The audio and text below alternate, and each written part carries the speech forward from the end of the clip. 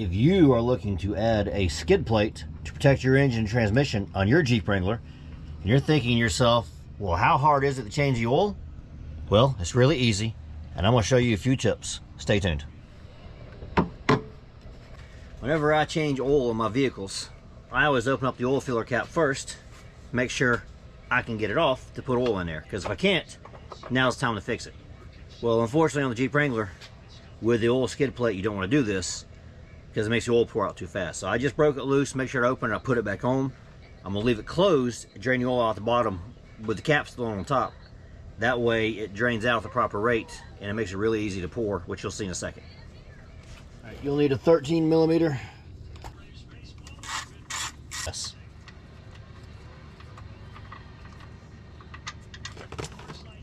Right into the pan. Mostly.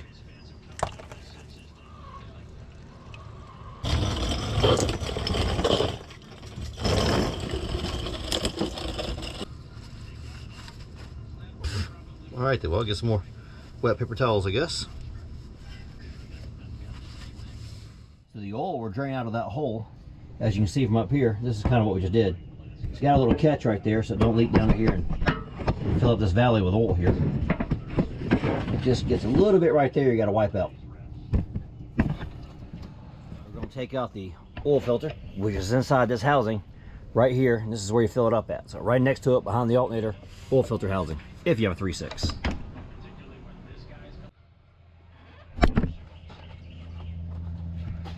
Y'all don't be tripping over here now. So in order to do this, I gotta get taller.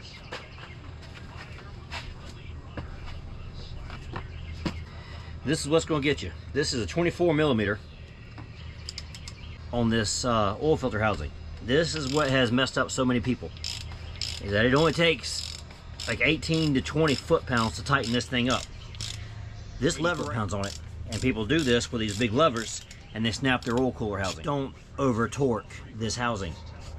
You will break it and you'll be pulling the top half of your motor apart to fix it if you do. So there goes the oil filter. Stinging oil everywhere, awesome. Put some oil on my O-ring. So now I got a little bit of oil on my O-ring, so it's lubricated. Pop this filter out. It's gonna make a mess when I do. Yep. Stinging oil down there on the ground, not on my lap. There's an O-ring inside of this, so get you some oil out of the housing there. Wipe down the inside of that.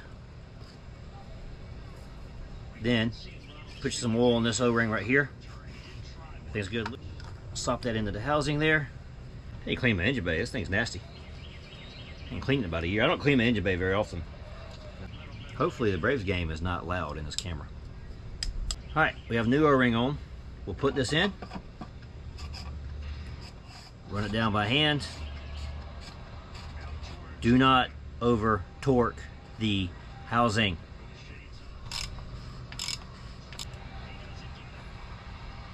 There we go. Now you can put oil in there. It takes 5 quarts to fill it up, but we're not done yet. There's a little bit more to show you. I use Penzoil Platinum 020. That's what the manual calls for. I just hit 70,000 miles on it, so the Jeep still has pretty low miles, considering it's like 8 years old. But I know a lot of people want to go to heavier weight oils. Remember that this engine is a Gen 3 3.6. It was designed to run on this lightweight oil. The older engines were designed for a heavier weight oil, and they changed them over to a lightweight oil. So I don't know on these. I've never found a good scientific base for going to a heavier weight oil on these engines like you could on the JK 3.6s. So I don't know. It's hard to tell. These car companies are trying to meet EPA regulations, trying to meet fuel efficiency regulations, and I know that's why they're doing this stuff, but it's hard to know. Science so far has not confirmed on new 3.6s if you need a heavier weight oil. Whoever the 3 companies are that actually make all the oil in the world, you look them guys up, see what they say. They know. Some guy on YouTube, he don't know anything. But anyways, rant over. Let's put some oil in this thing.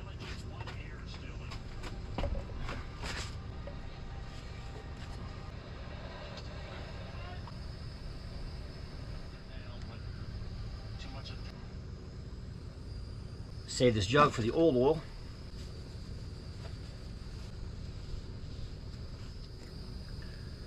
Put the cap back on.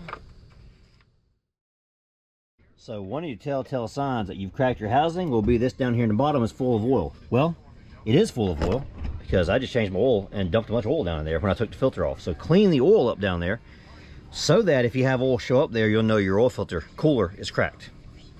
So, tip of the day. This video is full of tips. Alright, so I take some napkins, a pair of pliers, and I'll stick them down in there and I'll clean that area up with all the oil down there. Yeah, go ahead.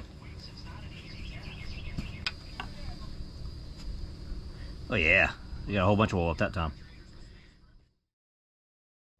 Now, one of the next best things you can do to protect your oil from the two things that are going to contaminate it. That is fuel and dirt. Take an 8mm wrench, change your air filter.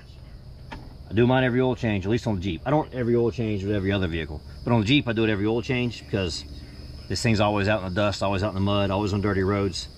That air filter is clogged. So I change that every oil change. Also, every oil change, I put a bottle of Techron on the gas. And also in between, I use top tier or tier 1 fuels, I forget which one it's called. If you have a modern vehicle with fuel injection, you're going to get carbon buildup inside your intake manifold system, and you want to run a good quality fuel that keeps that carbon cleaned out. If you have an old carburetor, burn whatever gas you got, it don't matter, don't make a difference. And by the way guys, top tier fuel don't cost you no more than any other fuel. Half the fuel to go by the gas station top tier. Around my house there's 3 gas stations that sell top tier. They cost the same price as everywhere else.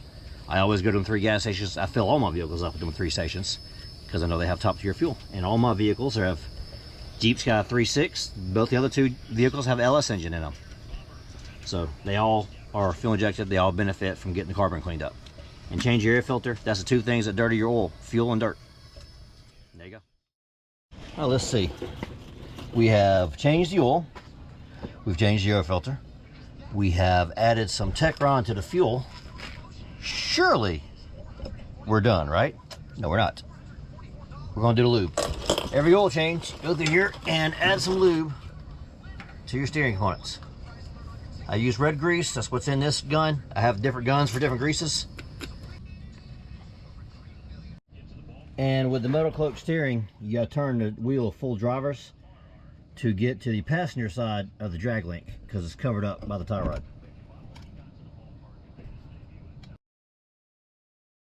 And don't forget, you got an aftermarket drive shaft, go down here and lube your drive shaft, both ends.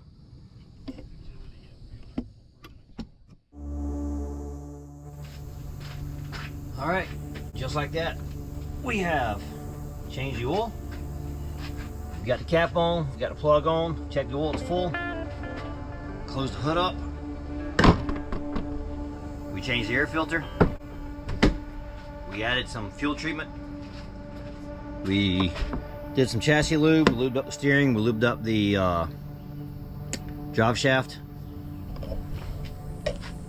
There you go. That's what we do when we do the oil change around here. Oil change is more than just an oil change.